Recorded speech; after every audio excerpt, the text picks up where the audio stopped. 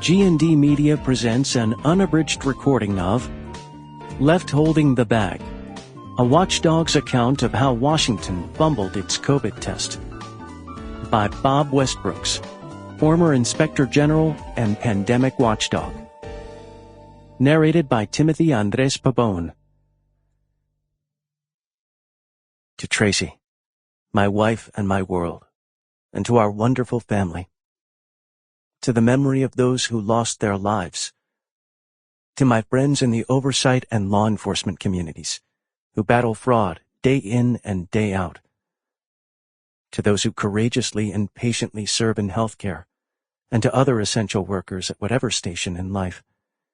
And finally, to all those who may have lost their health, lost a loved one, or lost their way during the awful pandemic of 2020 to 2023. Part 1. 1. The mother of all oversight missions. Facts are stubborn things, and whatever may be our wishes, our inclinations, or the dictates of our passion, they cannot alter the state of facts and evidence. John Adams. I started a new job on a Monday in April 2020 and had the typical first-day jitters. Even after a 26-year career in public service, working for lots of bosses and in a variety of positions of increasing responsibility, I was filled with equal parts excitement and trepidation.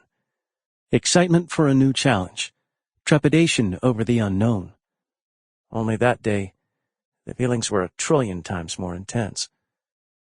The President of the United States had recently signed one of the largest financial rescue packages in U.S. history to fight the COVID-19 pandemic, and I was starting my new job as the Executive Director of the new federal office, responsible for conducting and coordinating independent oversight of the federal government's coronavirus response and $2 trillion in federal pandemic relief funds.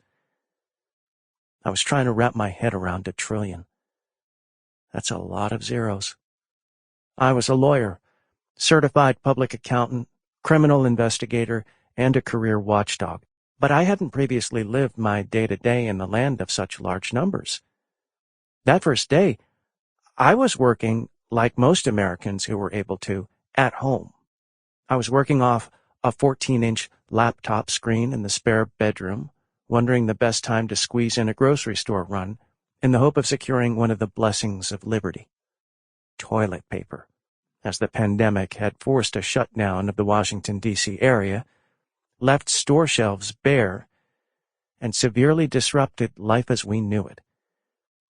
I would not be alone, and I would only play one part in a play with many pandemic oversight characters, but there would be no easing into this role and taking a few days to get the feel of things.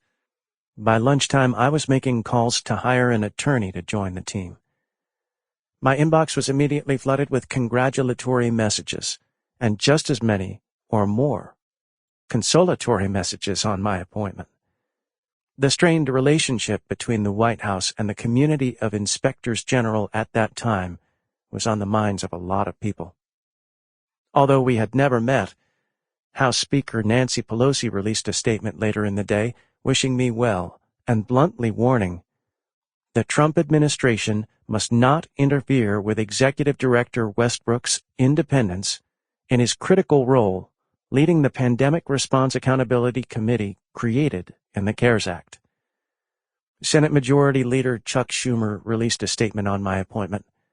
To hold this administration accountable, we need people who are fearless and fiercely independent from this president at the helm. Mr. Westbrooks appears to have the right background and a good reputation, and I am hopeful he will be the independent watchdog the moment calls for. The majority leadership of the House Committee on Oversight also released a press statement.